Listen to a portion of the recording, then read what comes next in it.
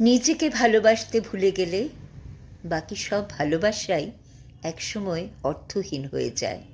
তুমি সবার জন্য ভাঙবে, সবার জন্য দৌড়াবে, কিন্তু শেষে নিজের ভাঙা টুকরোগুলো কুড়াবে কে? একটু নিজের দিকে তাকাও, নিজের জন্য সময় রাখো, নিজের হাসির মানে খুঁজে নাও।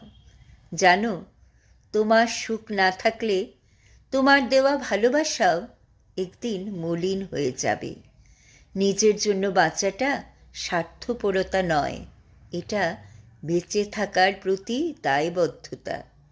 তুমি যদি নিজেকে আগলে না রাখো, তাহলে কে রাখবে বলো? এই লেখাটি আমার এক ফেসবুক বন্ধুর, যার সাথে আমার খুব সাম্প্রতিককালেই পরিচয় হয়েছে। তার নাম রিফাউল শেখ। তিনি নবদ্বীপে থাকেন।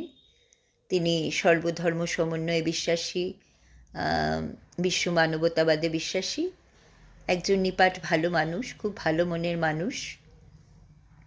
তার প্রতি আমার অনেক ভালোবাসা রইল এই সুন্দর লেখাটির জন্য। আশা করি লেখাটি আপনাদের সবার খুব ভালো লেগেছে।